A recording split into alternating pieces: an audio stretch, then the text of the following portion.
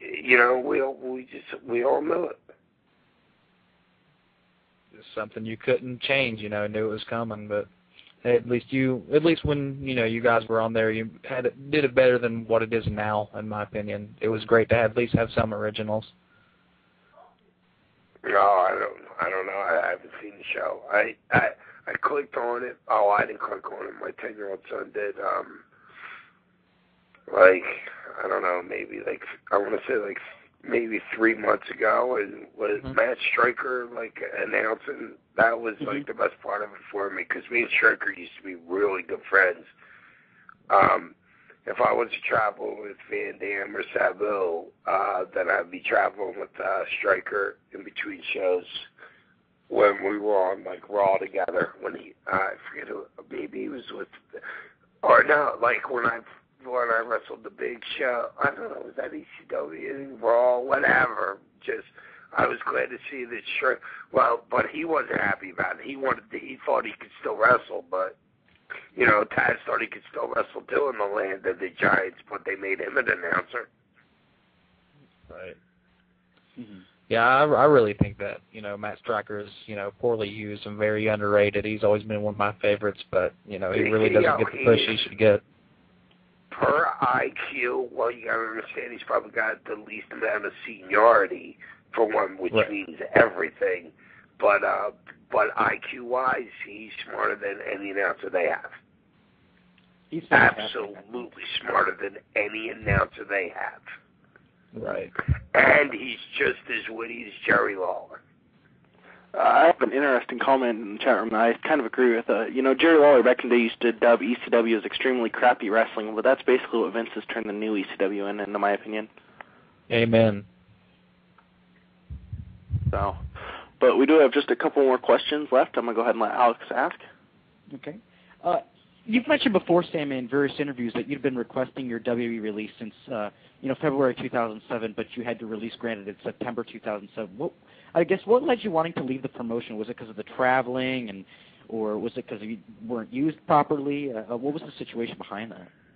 No, it definitely wasn't used properly. I mean, they totally took it.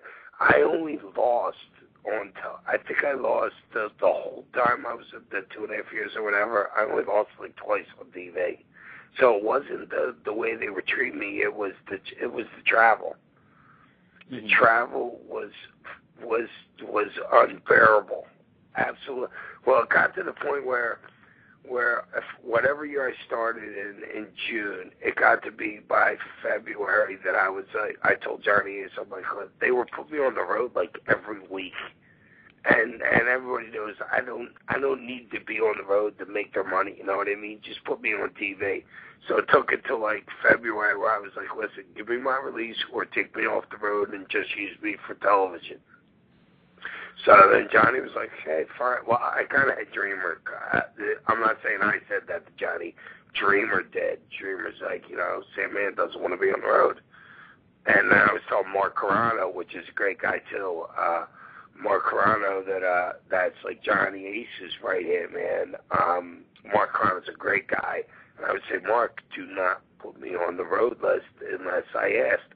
And then if I asked, he will put me on it, and I would say, no, Mark, I don't want to be on the road for the next month or whatever, you know, but then I could pick and choose, because you'd be doing like a Thursday night in like Wichita, Kansas, where you'd only make $500 for the show. I don't want to be on those shows. I want to be when we're in L.A. in like the Coliseum, or not the Coliseum, wherever the Lakers play, where they'd have a sell-out crowd Thursday or Friday night. So they would let Mark and Johnny would let me pick and choose, you know, if I wanted to be on the road that week or not. And then finally got to the point where once they traded me, drafted me to Raw, then I was totally furious. And from right then, every single solitary week I was asking for my release. So then we got to the point where I'd never been to Africa before. This is coming in like September. Second week of September, and I told Mark, I told Mark Carano, I was like, Mark, God, you can put me on the African tour. He's like, what? Why? I was like, well, believe it or not, I've never been to Africa. He's like, all right, okay. They put me on the Africa tour, and then I was just like, me, Cena, Carlito,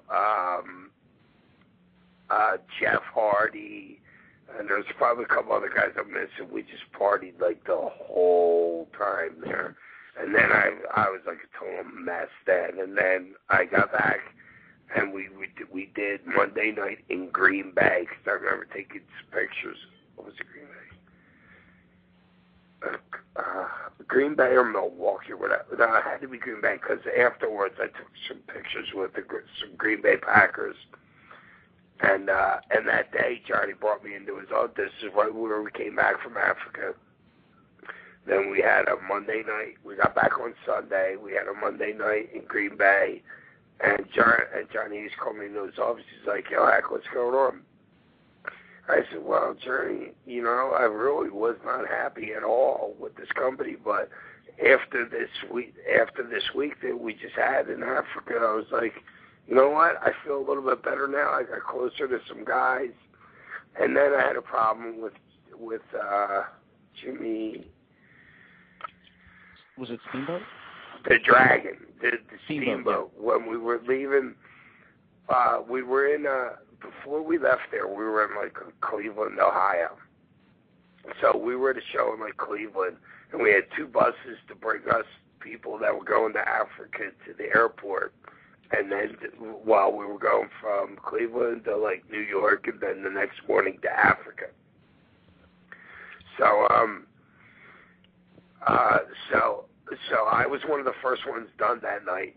It was the only time that I was ever on Heat or whatever, the show that's before the show, the live shows or whatever.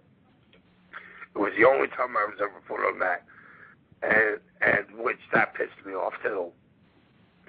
So afterwards, I'm hanging out outside smoking, and like I know they got the 2 buses. I'm like, you guys got any alcohol in these buses? They're like, no, it was a Sunday night.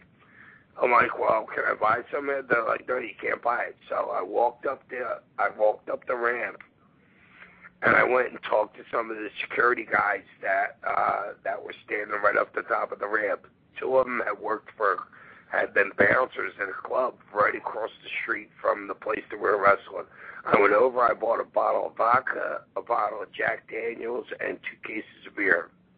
It cost me like something ridiculous, like $190 or something like that.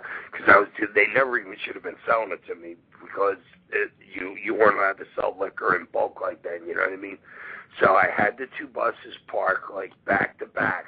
So, like, Vince's limo was on the other side. Then I set up a little bar situation against the wall on my side. So anybody that was on the tour came around, and I had beers for them. I had Jack Daniels and mixers for them. I had vodka mixers for them. And then we get on the plane. Everybody's drinking. Mark Carano's drinking. Jimmy's drinking. The Dragon's drinking. Cena's drinking, Melina's drinking, Carlito, everybody's drinking. And then we land. I have a cigarette in my mouth the whole flight. I'm not in a cigarette. So we land on the ground in New York, and I was if you walked in on the plane in the front, the very first seat on your right was where Jimmy was sitting, and I was in the seat right across from him, but one behind in the second. So we land on the ground. I got a cigarette in my mouth. He turns around and he yells at me in front of like all the boys. Sandman, don't you like that damn cigarette? I'm like, what are you, a fucking idiot? I'm like, I've had this cigarette in my mouth the whole time. You think I'm so stupid to light it on a plane? And then I really started to get on him hard. Actually, I really wanted to snatch him right then. And Cena was in the seat behind me. And Cena grabs him, and he's like, Sandman, because he didn't know me as Hack then. He's like, yo, Sandman, just drop it, please, just drop it, because you know that Jimmy was there. He was the only agent on that tour, because none of the other agents wanted to go. He's like, just please drop it. And so then, like the third day.